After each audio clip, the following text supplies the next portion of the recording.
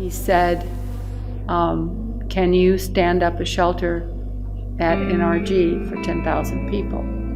And I said, yes, we can. How long do I have? He said, how long do you need? I said, well, 24 hours. So we went to work as if lives depended upon it. We felt they did. And we set up the reception area, and we did that as if people were checking into a hotel. We insisted that everyone on site refer to the people coming our way as guests or neighbors.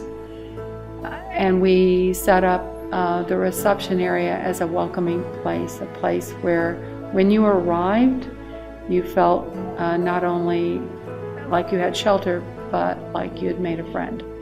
And, you know, frankly, we used decades of experience in welcoming people from all over the world to our centers in Houston.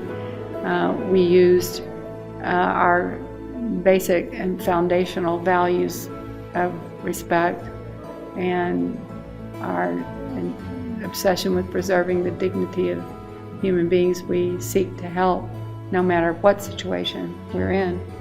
So we put all of that to work, and then we set up the area for the volunteers, and then we set up an area for food service and a place for children, because number one thing you must do if you're going to stabilize a shelter is provide a place for children. Parents can't focus on the tasks of organizing a transition plan if their children aren't cared for and their kids can't learn and play. About 2 o'clock then I got a call from Judge Emmett, and he said, how's it coming? I said, it's going along pretty well. We feel pretty good about it. We're waiting on cots. We don't have enough FEMA cots, but we think we have a donor, so we're going to work it out. And he said, well, how about opening today? And I said, as in this day, the one we're in? And he said, yeah, we've got buses coming, and we have no place for the people in them. And we have 6 more hours. And he said, yeah, I'll announce it at 9 then. Basically said to the team that was already here, find the 3 people that, just like you, that you can trust to do whatever it takes. Get them here. We've got this much time and we have to make it work. And so we did. And it gave me some measure of delight to email him 30 minutes before 9 o'clock and an hour and a half before the first guests were due to arrive and say, we're ready, send us the people. We did all of that on a handshake because I trust Ed Emmett. I know him as a person, and I know he wouldn't hang me out to dry, and he wouldn't ask me to do that if we didn't really need to.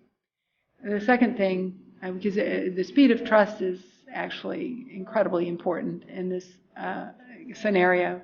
The second thing was, we're a strength-based organization. Every one of us understands where we're great, when we're great, how we're great, and we know that about one another.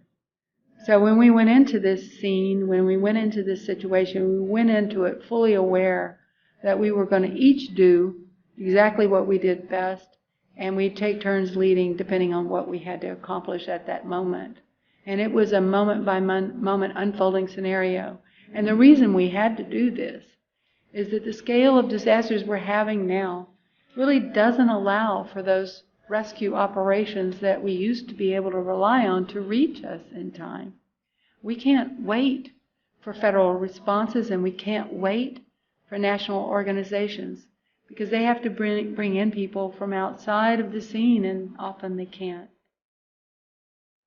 We've learned so much from this experience about what we're capable of when it's really necessary, and about what we're willing to do for our neighbors.